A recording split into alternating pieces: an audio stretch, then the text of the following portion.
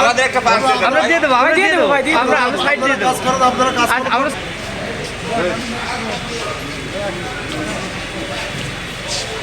দিয়ে দাও, সাইড দিয়ে দেবো, আমরা সাইড দিয়ে দেবো।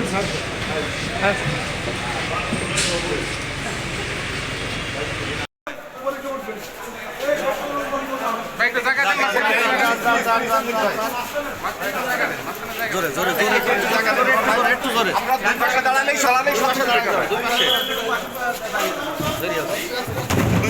দুই পাশে দাঁড়ালেই সব থেকে বেটার হয়।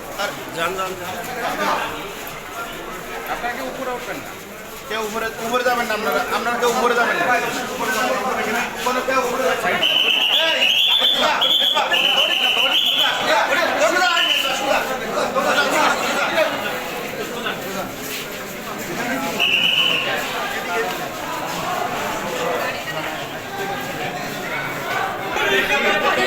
আমার ভাই কবরে ফাঁসি বাসের ফাঁসি চাই, খুনি দুদলের ফাঁসি চাই, কেন বাহিরে আমার ভাই কবরে, আমার ভাই কবরে, খুনি কেন বাহিরে, অত্যাচারের বিরুদ্ধে ডাইরেক্ট অ্যাকশন, খুনির বিরুদ্ধে ডাইরেক্ট অ্যাকশন, বুলেট বোমা আমরা সবাই সামনে ছিল, ভয় করি না বুলেট বোমা, পুলিশ প্রোটেকশন আমরা পাইনি, বিদায় কোন পুলিশ অত উৎসাহী আপনারা হবেন না।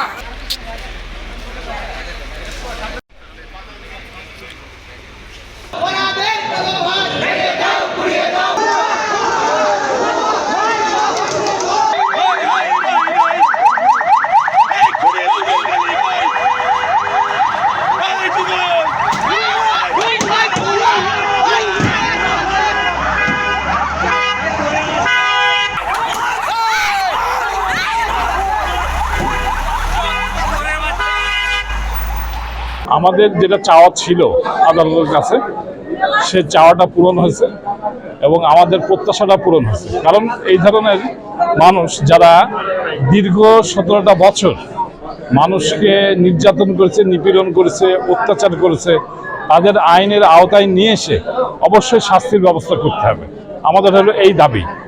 এবং সেটা আদালতে আজকে আমরা প্রমাণ করতে সমর্থ হয়েছি, যার কারণেই আদালত মাননীয় মন্ত্রী মহোদয়কে এবং তার ভাইকে সন্ত্রাস দমন আইনে 3 দিনের রিমান্ড দিয়েছেন এবং বাবলু বিশ্বাসকে 3 দিন, 2 মামলায় 5 দিন রিমান্ড দিয়েছেন।